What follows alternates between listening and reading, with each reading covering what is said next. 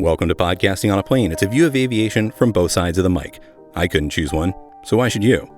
Well, this is a show where you don't have to. We get all up in aviation from as many angles as possible, and if you're new to the show, welcome. My name is Brandon Gonzalez. I'm an air traffic tower controller at a busy general aviation airport, but I also have a 25-year background in aviation. To learn more about that, you can go back and listen to any prior episode. Because today I want to get right down to it. Let's start with a comment that I received via the website. It's from David Bonici. It's called Concorde Week. He says, "Hi, Brandon. I'm very much enjoying your podcast, and I just wanted to reach out to say how I particularly enjoyed Concorde Week. John is such a great orator, and while I imagine you must have had so many questions, it was great how you just let him talk. That final episode about the Paris crash was incredible listening. Even this av geek had no idea about the circumstances beyond the Continental Airlines DC-10 debris hitting the fuel tank. As a late starting 100-hour pilot, I've gained a lot from your podcast to make my flying safer. Keep up the great work, David, in Melbourne, Australia." Well, David, thank you so much for the note, and it came in perfect timing for today, because this semi-bonus episode's a special one. It actually first aired last Thanksgiving, Black Friday to be more accurate, and I chose to re-air it today. Any guesses why? Well, maybe I should tell you what episode it is first. It's number 36, which is part 4 of the series on Concorde, with retired Captain John Hutchinson. The true story of Air France Flight 4590, the one we all thought we knew. Because you see, today's July 25th, which is of course the anniversary of that tragedy. The crash signaled the beginning of the end for Concorde and the end of the era of supersonic commercial air travel. This is an all-time personal favorite episode and one of the all-time most downloaded episodes as well. And as you listen, I'm sure you'll see why. Because John is an amazing person who's lived a life that most aviation people can only dream of, culminating in the combined professions of not only being a British Airways Concorde Captain, but also a BBC broadcaster. Envy barely begins to cover it for me. And as he speaks, whether this is the first time you've heard this or the 10th, my guess is that you'll be continuously amazed too at not only his storytelling abilities, but the crazier-than-fiction way in which the story all played out. If you're interested in learning more about John, please consider clicking on the link in the show notes to purchase his autobiography, The Wind Beneath My Wings, written by Susan Ottaway. It's amazing. And if you've not listened to episodes 33 through 36 of this podcast, which I called Concorde Week, please go back and listen to learn more about John's career, Concorde in its heyday, and other amazing stories, including hanging out with the royal family, as told by John himself. Until next time, good day.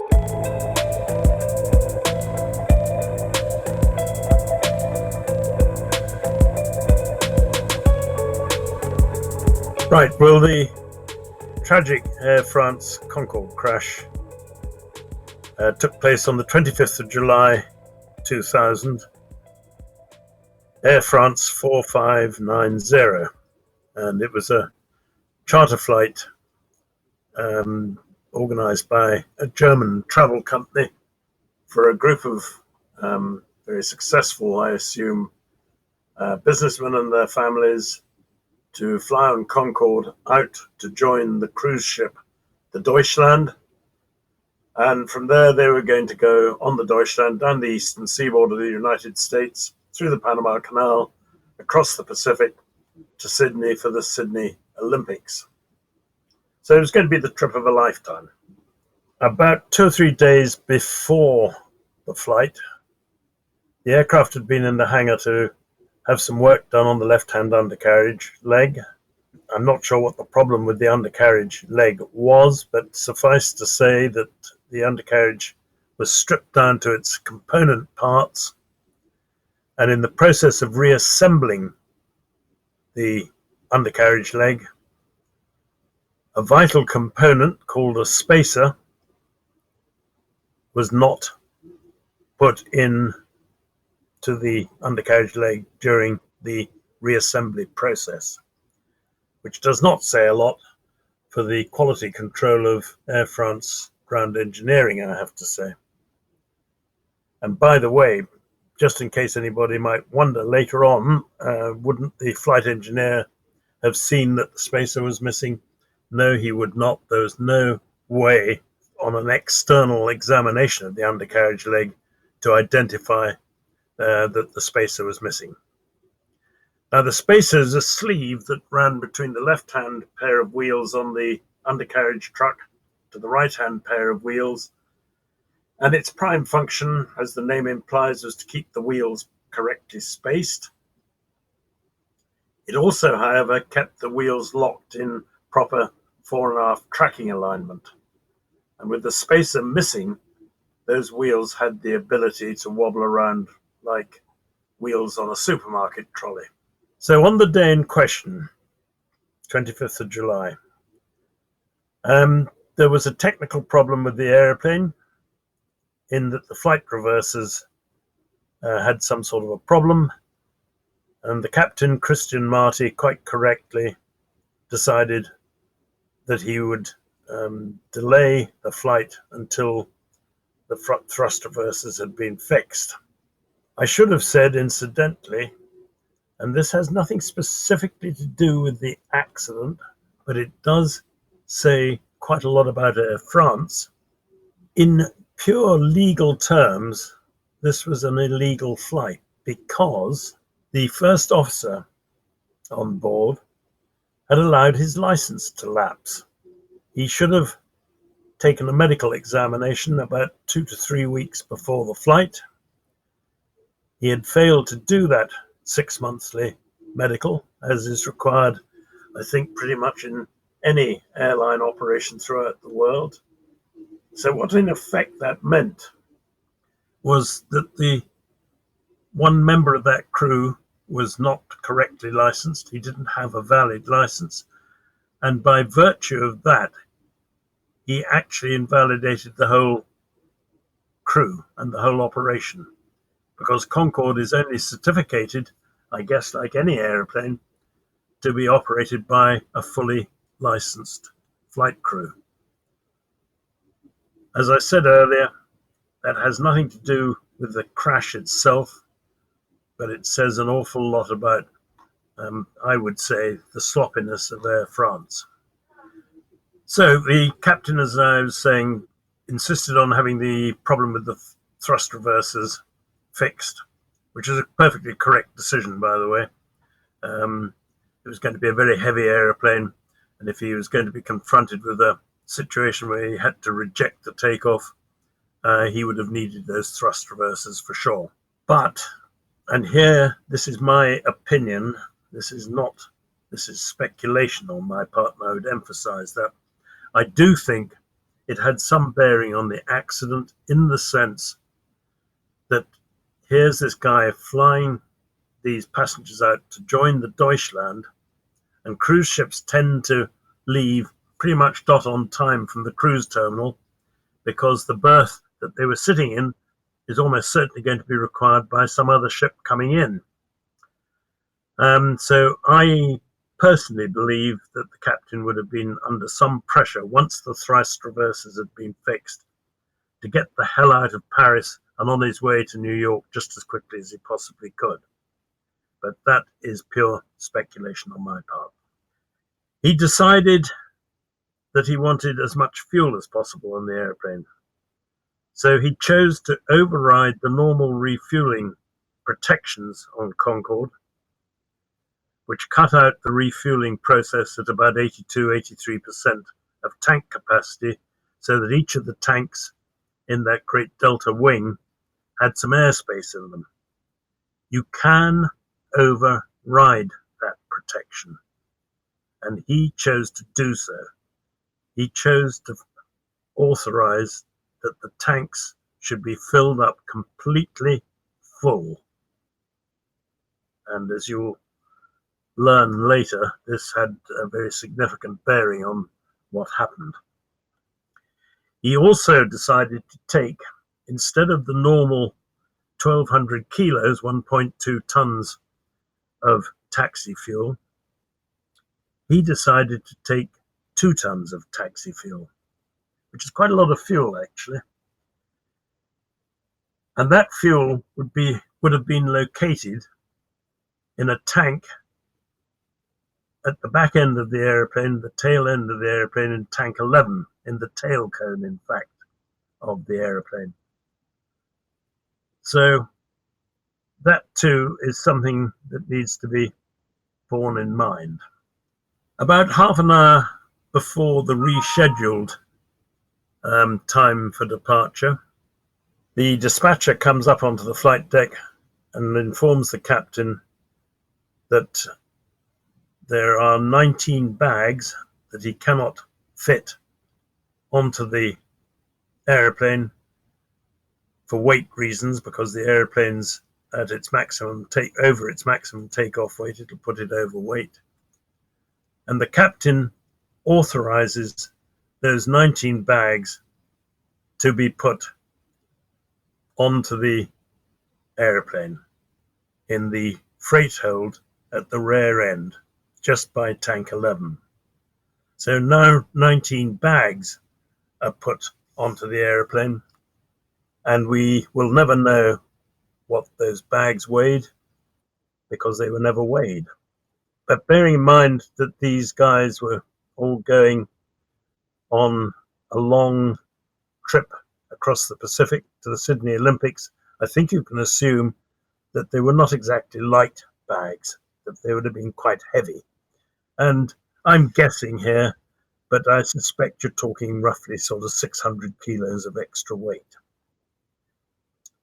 Now, on the actual moment that he pushed back from the gate, he pushed back at about just after 2:30 p.m. in the afternoon, and he got his taxi clearance at 2:34 to go out for the full length of runway 26 right. Now that's another factor that comes into this litany of things that went wrong. The first, 700 meters or so of runway 26 right at Paris Charles de Gaulle on that day were being resurfaced. And basically all the airplanes that were departing on that runway were departing not from the threshold of the runway, but from an intermediate point about 700 meters down from the threshold of the runway. The captain, Christian Marty, had asked for the full length of the runway. The control tower had pointed out that the runway was being resurfaced, but if he wanted the full length, he could have it. But the consequence of this was that it meant that if he was going to use the full length of the runway right from the threshold, about 500, 600, 700 meters down from the threshold, he was going to get to a point where he transitioned to the finished runway surface, and that there would be a ledge or ridge there when he crossed from one surface to the other. And the captain accepted that that was what he wanted to do. His overriding priority was that he wanted the full length of the runway. Now, the terminal that he departed from was actually very close to the threshold of 26 right, not a great distance at all, and it was a quiet time of the afternoon at Paris Charles de Gaulle, and he actually requested lineup clearance just 6 minutes after he'd requested his taxi clearance. So at 14:40, 2:40 p.m.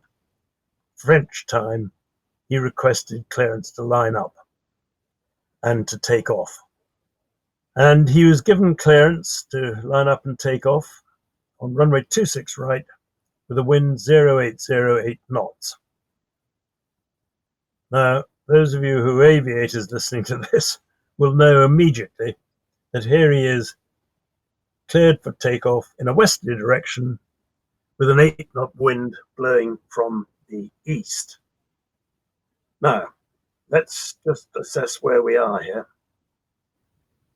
The airplane had just spent 6 minutes taxiing out from the terminal to the point where it was cleared to line up for takeoff.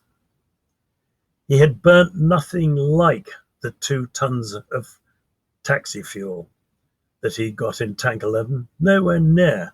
He'd only burnt 800 kilos of that fuel. So here he is, accepting a takeoff clearance with an 8-knot tailwind when he's over the maximum structural takeoff weight because of the unburnt fuel in tank 11, and because of those 19 bags that had been put on, and also beyond the aft limits of center of gravity for the same reasons. The airplane had, roughly speaking, 1.8 tons, 1,800 kilos of weight at the tail end of the airplane that should not have been there. So he starts his takeoff run, and by the way, I guess he realizes that he's beyond the aft limits of center of gravity, and the flight engineer is authorized to keep the fuel pumps on in tank 11 and the transfer valves open, so that throughout the takeoff run, as the airplane was using fuel from its wing tanks, so that fuel was being replaced by fuel being pumped up from tank 11 up into the wing tanks. So that is an unauthorized procedure, by the way. During takeoff, for fire risk reasons and the rest of it, that fuel transfer valve is supposed to be closed, and of course the associated pump in tank 11 would have been off, but not on this occasion. So here he is starting his takeoff run. He actually gets his takeoff clearance at 14:42, 2:42 p.m. That's 8 minutes after he'd departed the gate. And he goes trundling off down the runway. Now, this is all stuff that's come out in very recent years, but there were a whole lot of observers of that dreadful crash. And the most credible one of all was an Air France captain. I think he was in a 737, a Boeing 737. I'm not quite sure of the aircraft type. Anyway, he was sitting on a taxiway at that point, 700 meters or so down from the threshold, waiting for takeoff on the normal piece of runway, length of runway that had a fully prepared surface. That airplane was not using, in other words, the bit of runway that had work in progress going on it. So he was sitting there more or less at the point where this ledge was, where this ridge between the bit of runway that was having work done on it and the fully prepared runway surface. And he has testified, and this evidence has been completely whitewashed out of the story, but he swears that he saw smoke and flames coming out from that left-hand undercarriage leg, more or less immediately after the Concorde had passed that ridge, that ledge between the two different runway surfaces. And I believe, and I think anybody who's studied this accident believes, that probably because the spacer was missing from the left-hand undercarriage leg, that caused the wheels on the undercarriage truck to skew around. Certainly a piece of the undercarriage was thrown up, or piece of metal was thrown up, because tank number 2 was penetrated and fuel started pouring out of tank number 2, and that came in contact with this damaged undercarriage leg, and that was probably why there was a fire in the left-hand undercarriage at that very early stage. Yes, I was just checking, in fact. There was an explosion in the dry bay above tank 2, and almost certainly the tank 2 fuel was ignited by the reheat due to the leak in tank number 2 caused by the breakup in the left-hand undercarriage. And in support of that argument, in the subsequent crash site, it was evident that tank number 2 was empty at the point that the aircraft crashed. Its associated one 3 and 4 tanks all had fuel still in them. So almost certainly there was fire and smoke and flames in that left-hand undercarriage at a very early stage of the takeoff run. I should have mentioned what the speeds were for this takeoff.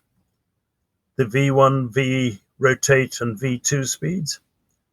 They were respectively, the V1 was 150 knots, the rotate speed was 199 knots, and the V2 speed 220 knots. Now, at a point some way down the runway, and at this particular moment, the airplane was now doing about 175 knots, so it was well past V1. The front right-hand wheel of the left-hand undercarriage truck ran over a piece of metal that had been left there by a Continental Airlines DC-10. That bit of metal sliced off a 4.5 kilo lump of rubber, which was subsequently found lying on the runway. Now, the airplane, as I've just said, was doing 175 knots, 200 miles an hour, roughly speaking. I've no idea what the rotational velocity on the wheel was, but I don't think it requires a huge effort of imagination to appreciate that lump of rubber went flying off from its wheel with the velocity of a missile, and it slammed into the underside of the wing by tank number 5. Now, tank number 5 was absolutely full of fuel, for the reasons I mentioned earlier on.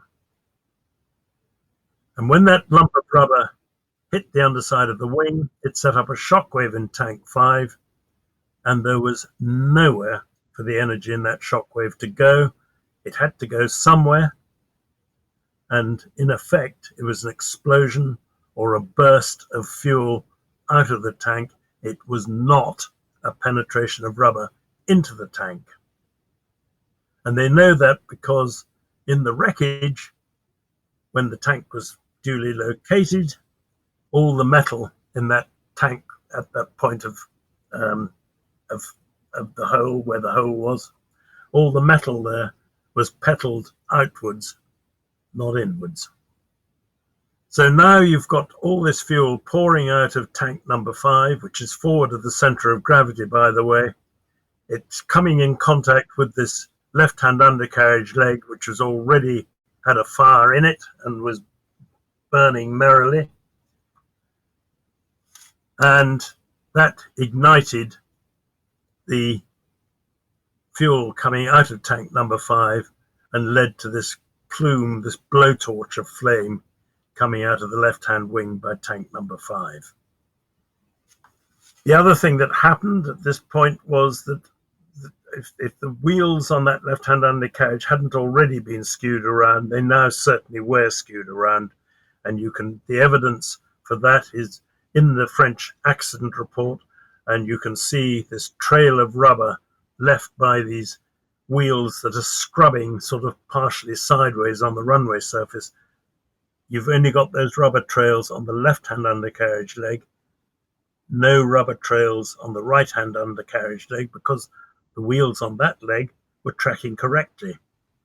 But on the left-hand undercarriage leg, there are 3 completely steady streams of rubber trail and 1 intermittent rubber trail, which is the rubber trail left from the front right-hand wheel on that left-hand undercarriage leg, the one where the tire had blown. And the airplane effectively is steered off the left-hand side of the runway. The aircraft actually went off the left-hand side of the runway before it got airborne. And there's a damaged runway light, and you can see the tire trails on the hard shoulder of the runway in the photographs shown in the French accident report. The captain at this stage, who would have known nothing about the enormity of the problem that he was now confronted with, he wouldn't have appreciated that at all. He had been told by the control tower that there were flames coming out of his aeroplane, but he would not have had the slightest idea of the magnitude of the whole thing. He obviously saw himself going off the left-hand side of the runway, and he actually hauled the aeroplane into the air at about 183 knots, which is about 16 knots below the correct rotate speed. I guess because he could see he was going off the side of the runway and didn't want to go off into the grass. So the airplane staggered into the air. And the next thing that happened was that at about 20-25 feet radio altimeter height, there's a fire warning on the number 2 engine. Now, this wasn't a fire warning in the conventional understood sense of the word. This was a fire warning that was caused by this blowtorch of flames from tank number 5 going right past the intake for engine number 2. So it was a sort of superheated engine, if you like. And that is what would cause that fire warning. And the flight engineer, regrettably, without any discussion with the captain, simply launched straight off into a fire drill and shut down the number 2 engine. Now, this wasn't a key element in the whole story, I don't believe, because that engine, whilst it was producing some thrust, was producing intermittent thrust because of all the problems of this hot plume of flame going right past it and in through the intake. But it was producing some thrust, and now suddenly this thrust was removed in a situation where really you wanted as much thrust as possible. So the airplane staggers into the air. The fuel's burning fuel pouring out of tank number 5. I already mentioned that the center of gravity was after the center of gravity before takeoff, with tank number 5 being forward of the center of gravity and all this fuel pouring out, hosing out of the tank at a rapid rate. That was causing the center of gravity to move even further rearwards. The airplane, in its very short flight, never got above 200 feet, and it never got above 200 knots. It never remotely reached its V2 safety speed. And finally, what happened was, I guess probably because the center of gravity had gone so far aft that it was unmanageable, the airplane reared up about 25, 30 degrees nose up and rolled over to about 110 degrees of bank and crashed into a hotel in a small suburb of Paris called Gonesse. And the crash actually took place at 2:45 p.m. So just 3 minutes after it had received its takeoff clearance, the airplane crashed into this hotel at Gonesse. The result of all that is that there were 100 passengers and 9 crew on the Concorde that died, and 4 people who were working in the hotel who died. A total death toll of 113. Just as an aside, there were some very fortunate English school children from East Anglia, the eastern side of England. They were all very musical, played for a school's orchestra, and they were going out to Paris to take part in some orchestral competition. And their ferry had been delayed from UK across to France, and they were running an hour and a half or so late. They had been due to stay in this hotel in Gonesse. If they had arrived on time, they would have been in the hotel. Because they were late, they are still alive today. Very lucky people. So that's basically the story of the Air France Concorde crash. It was a classic aircraft accident. It was a whole series of events, a whole series of errors, one major maintenance error, a whole series of operational errors, and it was the cumulative effect of all those errors that led to that final catastrophe. And it was that final catastrophe that really sowed the seed for the premature grounding of the aeroplane. Because what happened after that catastrophe, basically Air France never wanted to fly it again. And the reason Air France didn't want to fly it again, more than anything else, was that they were very lucky that day. I mentioned earlier that the Concorde on its departure had veered off the left-hand side of the runway, and its trajectory after it got airborne was to the left-hand side of the runway, and it flew over a taxiway on which was parked an Air France 747 that had come in from Tokyo, and it had landed on runway 26 left, taxied off 26 left, heading northwards to cross 26 right, and it was holding its position short of 26 right, waiting for the Concorde to depart before the control tower could give it its crossing clearance to go to the arrival gate. And I got to know an Air France Concorde pilot very, very well indeed, a gentleman called Jean-Marie Chauve, and I was talking to him one day, and he said, "John, did you know that there was a 747 parked waiting to cross 26 right?" And I said, "Yes, Jean-Marie, I did know that." And he then said, "Do you know who's on board?" And I said, "Well, lots of Japanese tourists, I expect." He said, "Yes, there were." But he said also, President and Madame Chirac were on board. I said, "Oh gosh, I didn't realize that." He said, "Yes, they'd been on a state visit to Japan, and they were on this 747. Then he said, "Have you any idea how close the 747, how close the Concorde was to hitting the 747?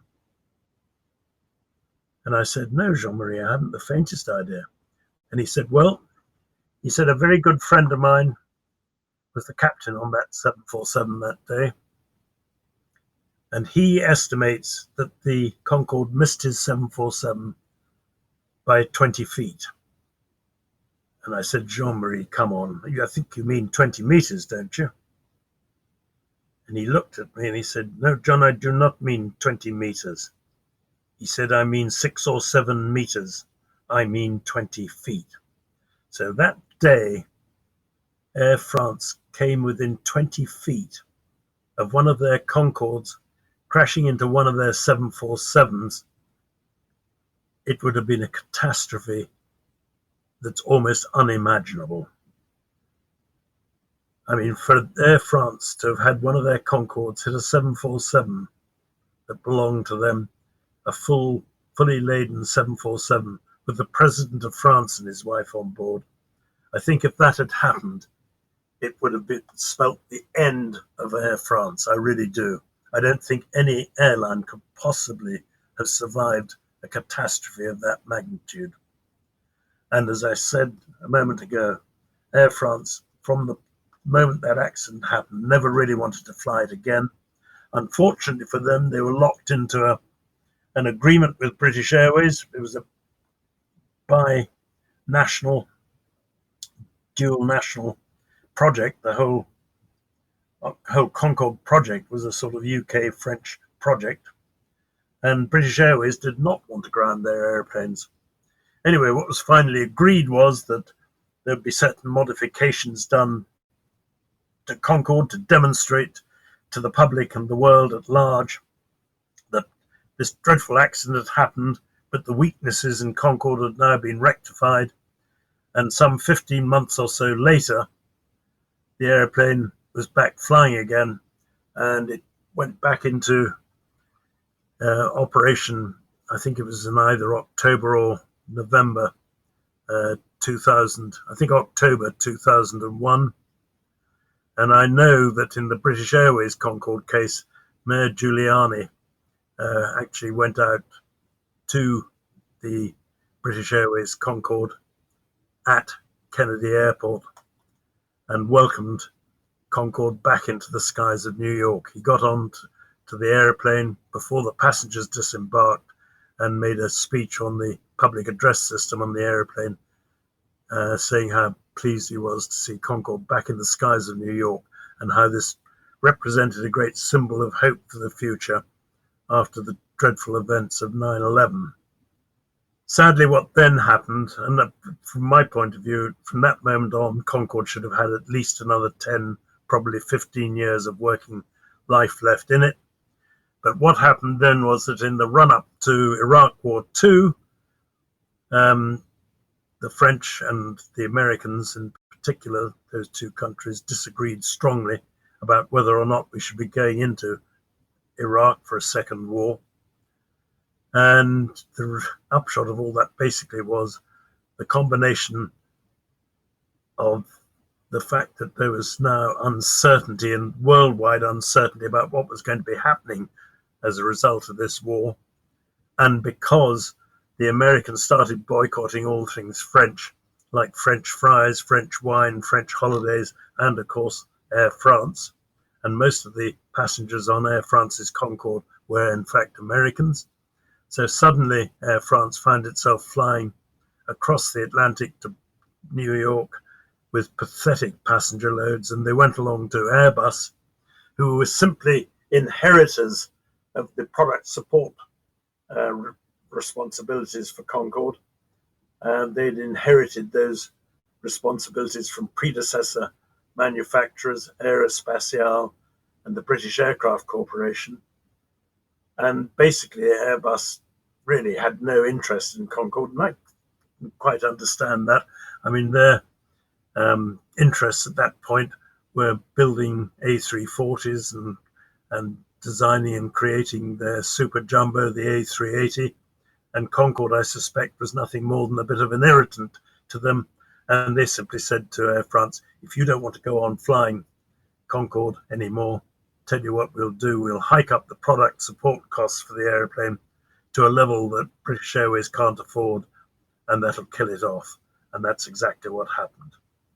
So there we are, that dreadful crash that day, which was in no way could you blame the airplane. Absolutely not. As far as I'm concerned, Concorde, out of the 70 or so airplanes I've flown, was probably the safest airplane I have ever flown. It was a phenomenally responsive, very, very powerful thoroughbred of an airplane. And it was also built like the proverbial brick lavatory, actually. And I mean that quite seriously. It was heavily over-engineered. It may have looked delicate and beautiful, but it was a very, very tough structure. And the reason for that was there were, of course, huge memories in Britain about the comet, the de Havilland comet, and the fact that they'd lost 3 comets through explosive decompressions. And that was caused by this, basically by the skin being a bit too thin and by badly designed windows, which led to cracks in the windows and explosive decompressions.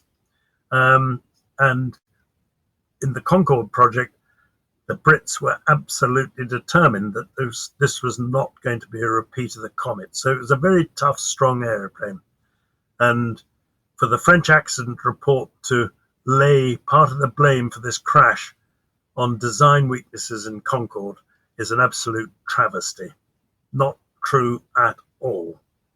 The piece of metal left on the runway was an element in the whole chain of events that went wrong that day, but design weaknesses in the airplane, absolutely not. So there we are. That's really the whole story of the Air France Concorde crash.